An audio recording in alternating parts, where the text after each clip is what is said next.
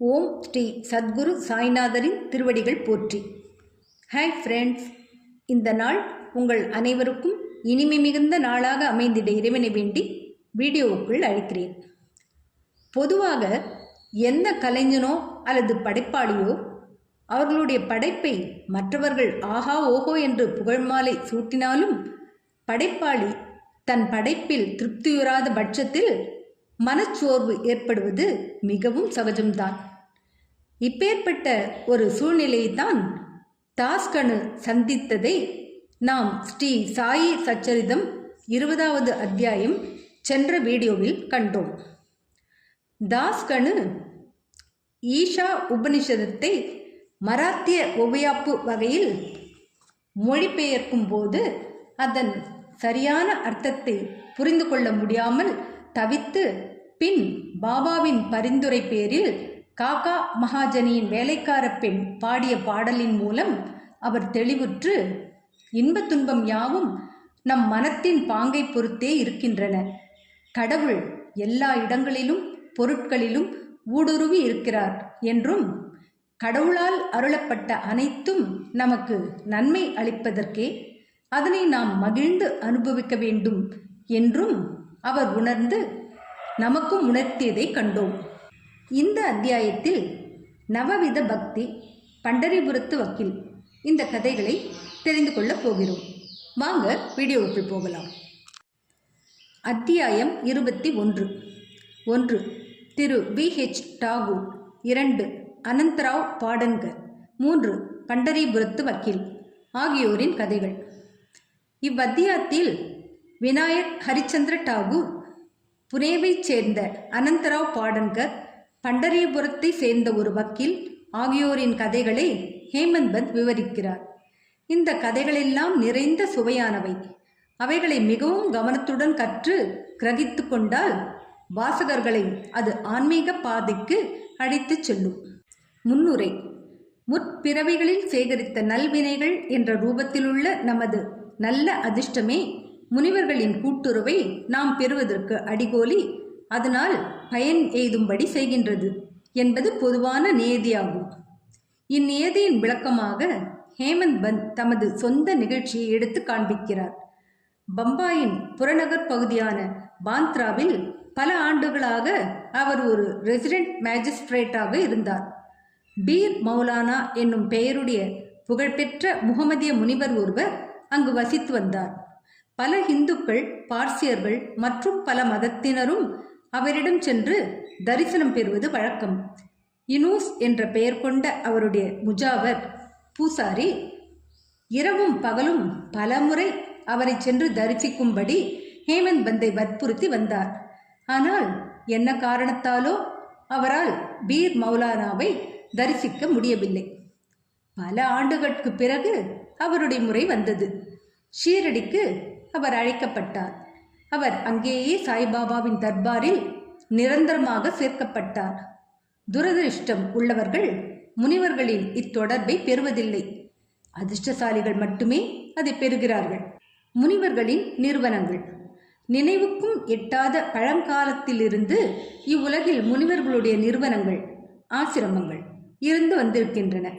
வெவ்வேறு முனிவர்கள் வெவ்வேறு இடங்களில் தம்மை தாம் தோற்றுவித்து கொண்டு அவதரித்து தங்களுக்காக ஒதுக்கப்பட்ட பணித்திட்டங்களை நிறைவேற்றுகிறார்கள். வெவ்வேறு இடங்களில் செயலாற்றிய போதும் அவர்கள் அனைவரும் ஒருவரே ஆவார். அனைத்தும் வல்ல பரம்பொருள் என்கின்ற பொதுவான ஆணையுரிமையின் கீழ் அவர்கள் அனைவரும் ஒத்திகையுடன் செயல்படுகிறார்கள்.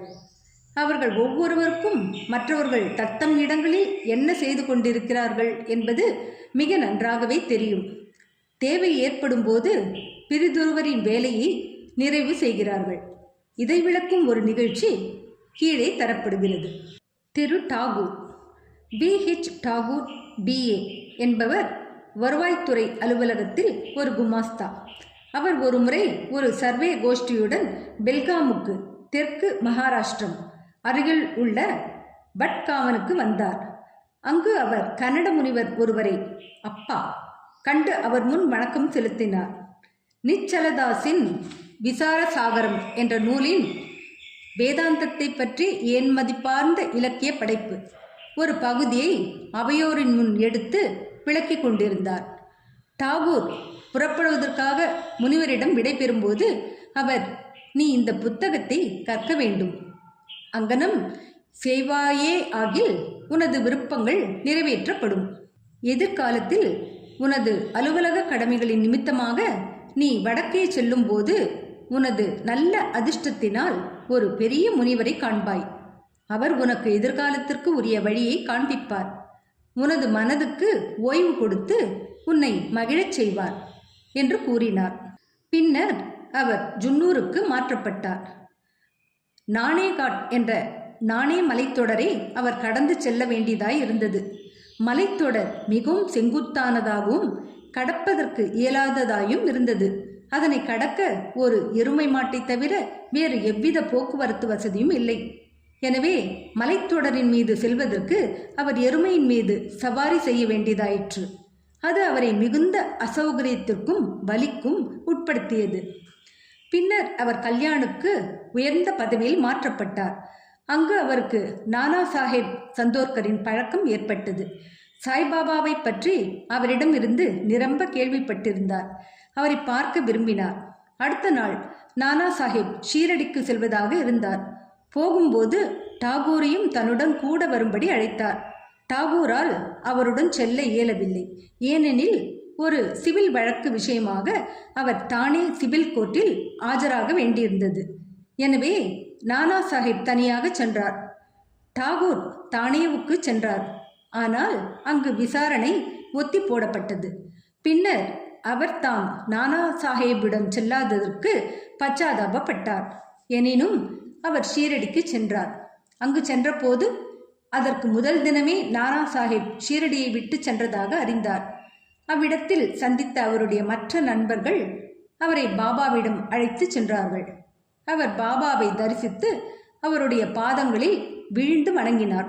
அளவு கடந்த மகிழ்ச்சி அடைந்தார். அவர் கண்களில் ஆனந்த கண்ணீர் பொங்கியது. அவர் உடம்பு புல்லரித்தது. சிறிது நேரத்துக்கு பின்னர் எங்கும் நிறை பேரறிவாளராகிய பாபா அவரை நோக்கி, இவ்விடத்தினுடைய வழியானது கனட தேச முனிவரான அப்பாவின் உபதேசங்களைப் போன்றோ நாணயக்காட்டின் எருமைச் சவாரியைப் போன்றோ அவ்வளவு எளிதானதன்று.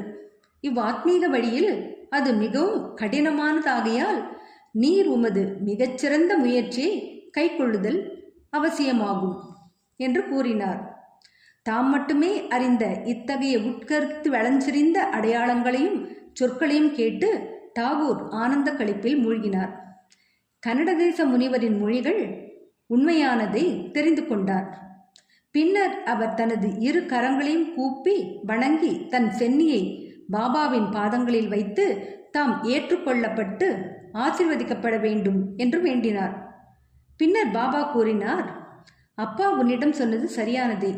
ஆனால் இவைகள் பயிலப்பட்டு வாழ்க்கையில் கடைபிடிக்கப்பட வேண்டும். வெறும் கல்வியினால் பயனேதும் இல்லை. நீங்கள் சிந்தித்து கற்றபடி நெறியில் நிற்றல் வேண்டும். இல்லாவிடில் அவைகளால் ஒரு பலனும் இல்லை. குருவின் அனுகிரகமின்றியும் ஆத்மானுபூதி இன்றியும் உள்ள வெறும் ஏட்டுப்படிப்பால் பயனில்லை. விசாரசாகரம் என்ற நூலின் கோட்பாட்டியல் பகுதி டாகூரினால் படிக்கப்பட்டு வந்தது. ஆனால் ஷீரடியில் அவருக்கு நடைமுறையிலான வழி காண்பிக்கப்பட்டது. பின்னால் கொடுக்கப்பட்ட மற்றொரு நிகழ்ச்சியும் இவ்வுண்மையை இன்னும் அதிக வன்மையுடன் வெளிக்கொணர்கிறது. அனந்தராவ் பாடன்கர். புனேவைச் சேர்ந்த அனந்தராவ் பாடன்கர் என்னும் பெருந்தகை ஒருவர் பாபாவை காண விரும்பினார். அவர் ஷீரடிக்கு வந்து பாபாவின் தரிசனத்தை பெற்றார். அவரது கண்களில் ஆவல் நிறைவேறின. அவர் மிகவும் ஆனந்தமடைந்தார். பாபாவின் பாதங்களில் வீழ்ந்து உரிய வழிபாட்டை நிகழ்த்திய பின்பு பாபாவிடம், நான் ஏராளமாக படித்திருக்கிறேன்.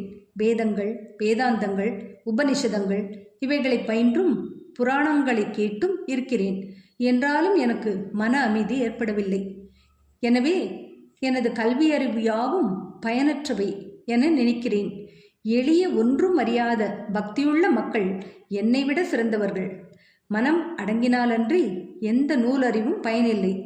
தாங்கள் திருநோக்கினாலும் விளையாட்டான மொழிகளாலும் தாங்கள் எளிதாக எவ்வளவோ மக்களுக்கு மனசாந்தி வழங்குகிறீர்கள் என்று நான் பலரிடம் இருந்து கேட்டிருக்கிறேன். எனவே நான் இங்கு வந்திருக்கிறேன். தயவு செய்து என்மேல் இரக்கம் காண்பித்து என்னை ஆசிர்வதியுங்கள் என்று கூறினார். இதற்கு பாபா அவருக்கு ஒரு உருவக கதை சொன்னார். 9 லத்தி உருண்டைகளின் கதை. நவவித பக்தி. ஒருமுறை ஒரு வணிகன் இவ்விடம் வந்தான். அவன் முன்னால் ஒரு குதிரை லத்தி சாணம் இட்டது. 9 உருண்டை லத்தி. வணிகன் மனமார்ந்த அக்கறையுடன் தனது வேட்டியின் முனையை விரித்து அந்த 9 உருண்டைகளையும் அதில் சேகரித்தான். அதன் மூலம் அவன் மன ஒருமைப்பாட்டை, மன அமைதி அடைந்தான். பாடன்கருக்கு இக்கதையின் உட்பொருள் விளங்கவில்லை. எனவே அவர் கணேஷ் தாமோதர் என்ற தாதா கேல்கரிடம் பாபா இதன் மூலம் என்ன பொருள் கொள்கிறார் என்று கேட்டார். அவர், எனக்கும் பாபா பொருள் கொள்வது சொல்லுவது அனைத்தும் தெரியாது என்றாலும் அவருடைய தெய்வீக அகத்தூண்டுதலால் நான் தெரிந்து கொண்டதை கூறுகிறேன். குதிரையே கடவுளின் அருள். வெளிப்பட்ட 9 உருண்டைகள் பக்தியின் ரூபங்கள் அல்லது வகைகள்.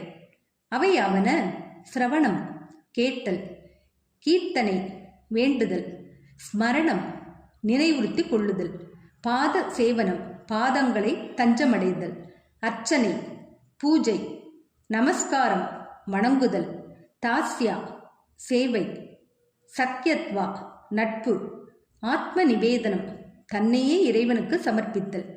இவைகள் பக்தியின் 9 விதங்கள். இவைகளில் ஏதாகிலும் நம்பிக்கையுடன் பின்பற்றப்பட்டால் பரமாத்மாவாகிய ஹரி மகிழ்வெய்தி பக்தனின் வீட்டில் தாமே வெளிப்படுவார். எல்லா சாதனைகளும், அதாவது ஜபம், தபம், யோக பயிற்சி, வேத பாராயணம், அவைகளின் வியாக்கியான பேச்சு ஆகியவை யாவும் பக்தியுடன் சேர்ந்தாலன்றி முழுவதுமாக பயனற்றவையே ஆகும். வேத ஞானம் அல்லது பெரும் ஞானி என்ற புகழ், வெறும் சம்பிரதாயமான பஜனை இவற்றால் பயனில்லை. அன்பான பக்தியே தேவைப்படுவதாகும். வணிகனைப் போன்றோ அல்லது உண்மையை தேடும் ஒருவனைப் போன்றோ உங்களை கருதி கொள்ளுங்கள். 9 வகை பக்தியை விளைவிப்பதில் அல்லது சேகரிப்பதில் அவன் கொண்டதைப் போன்ற கவலையுடனும் ஆர்வத்துடனும் இருங்கள். அப்போது நீங்கள் நிலையுறுதியையும் மனசாந்தியையும் எய்துவீர்கள். அடுத்த நாள் பாடன்கள் பாபாவை வணங்கச் சென்றபோது பாபா அவரை 9 லத்தி உருண்டைகளையும் சேகரித்தீரா என கேட்டார். அதற்கு அவர் தான் ஒரு எளியவராய் இருப்பதால் பாபா அவருக்கு முதலில் அருள் செய்ய வேண்டும் என்றும் பின்னர் அவைகளை எளிதாக சேர்க்கலாம் என்றும் தெரிவித்தார். அதன்பின் பாபா அவரை ஆசிர்வதித்து அவர் மன அமைதியும் நன்மையும் அடைவார் என்று கூறி ஆறுதல் அளித்தார். இதை கேட்டு பாடன்கர் அளவு கடந்த இன்பமும் மகிழ்ச்சியும் அடைந்தார். பண்டரிபுரத்து வக்கீல். பாபாவின் எங்கும் நிறை பேரறிவையும் மக்களை திருத்துவதையும் சரியான பாதையில் அவர்களை நெறிப்படுத்துவதையும் காட்டும் சிறுகதை ஒன்றினை கூறி இவ்வத்தியாயத்தை முடிப்போம். ஒருமுறை பண்டரிபுரத்திலிருந்து ஒரு வக்கீல் ஷீரடிக்கு வந்து மசூதிக்கு சென்றார். சாய்பாபாவை கண்டார். அவர் தம் பாதத்தடியில் வீழ்ந்தார். கேட்காமலேயே சிறிது தட்சணை அளித்தார். ஒரு மூலையில் அமர்ந்து நடைபெற்று கொண்டிருக்கும் உரையாடலை கேட்க ஆர்வமுள்ளவராக இருந்தார். பின்னர் பாபா தமது முகத்தை அவர் பக்கம் திருப்பி, மக்கள் தாம் எவ்வளவு வஞ்சனை உடையவர்களாக இருக்கிறார்கள். அவர்கள் பாதங்களில் விழுகிறார்கள், தட்சணை அளிக்கிறார்கள், ஆனால் அந்தரங்கமாக காணாவிடத்தில் திட்டுகிறார்கள். இது அற்புதமாக இல்லையா என்று கூறினார். இக்குல்லாய் குறிப்பு வக்கீலுக்கு பொருத்தமாக இருந்தது. ஒருவருக்கும் இக்குறிப்பு விளங்கவில்லை. வக்கீல் இதை கிரகித்தார். ஆனால் அவர் அமைதியாய் இருந்தார். அவர் வாதாவுக்கு திரும்பிய போது வக்கீல் காக்கா சாஹேப் தீக்ஷித்திடம் சொன்னதாவது, பாபா குறிப்பிட்டது சரி நுட்பமாக உண்மையே ஆகும். இக்கணை என்மேலேயே எய்யப்பட்டது. அதாவது மற்றவர்களை திட்டுவதிலோ அவதூறு பேசுவதிலோ நான் மனம் போன போக்கில் போகக்கூடாது என்று எனக்குரிய குறிப்பே ஆகும். பண்டரிபுரத்தின் முன்சீப் அல்லது சப் ஜட்ஜ் நூல்கர் தனது உடல்நல முன்னேற்றத்தை முன்னிட்டு இவ்விடம் வந்து தங்கியிருந்த போது பண்டரிபுரத்தின் பார் ரூமில், வக்கீல்கள் அறையில் இந்த விஷயத்தை பற்றிய விவாதம் மற்ற பார் அறைகளில் நடப்பதைப் போன்று நடந்தது. துன்புற்று வந்த நோய்கள் யாவும் சாய்பாபாவின் பின்னால் போவதால் மட்டுமே மருந்துகள் இன்றி குணப்படுத்தப்படும் வாய்ப்பு சிறிதேனும் உள்ளதா என்றும் சப்ஜட்ஜை போன்ற படித்தவர்கள் இதை போன்ற முறைகளை அனுசரிப்பது சரியா என்றும் சொல்லப்பட்டது அல்லது விவாதிக்கப்பட்டது. அதாவது மறைமுகமாக சாய்பாபா அவதூறு பேசப்பட்டார் அல்லது குறை கூறப்பட்டார். நானும் இந்த விஷயத்தில் கொஞ்சம் பங்கு கொண்டேன். இப்போது சாய்பாபா எனது ஒழுங்கீனத்தை எடுத்து காட்டினார். இது எனக்குரிய கண்டனமாகாது, ஆனால் ஓர் சகாயமாகும், ஓர் உபதேசமாகும். அதாவது நான் பிறரை தூற்றுவது, துஷ்பிரச்சாரம் செய்வது இவற்றில் தன்னிச்சையுடன் செயல்படக்கூடாது என்பது பற்றியும், அனாவசியமாக பிறர் காரியங்களில் தலையிடக்கூடாது என்பது பற்றியுமாகும். ஷீரடி பண்டரிபுரத்திலிருந்து 300 மைல் தூரத்தில் இருக்கிறது. எனினும் அங்குள்ள பார் அறையில் என்ன நிகழ்ந்தது என்பதை பாபா தமது எங்கும் நிறை பேரறிவால் அறிந்திருந்தார். இடையில் உள்ள இடங்கள், ஆறுகள், காடுகள், மலைகள் யாவும் அவர் தம் அனைத்தையும் உணரும் பார்வைக்கு தடை செய்வன அல்ல. அவர் எல்லோருடைய இதயங்களையும் பார்க்க முடியும், படிக்க முடியும். எதுவும் அவருக்கு ரகசியமோ மறைக்கப்பட்டதோ அன்று. அண்மையிலோ சேய்மையிலோ உள்ள ஒவ்வொன்றும் பட்ட பகலொளியை போன்று தெளிவாகவும் சுத்தமாகவும் அவருக்கு தெரியும்.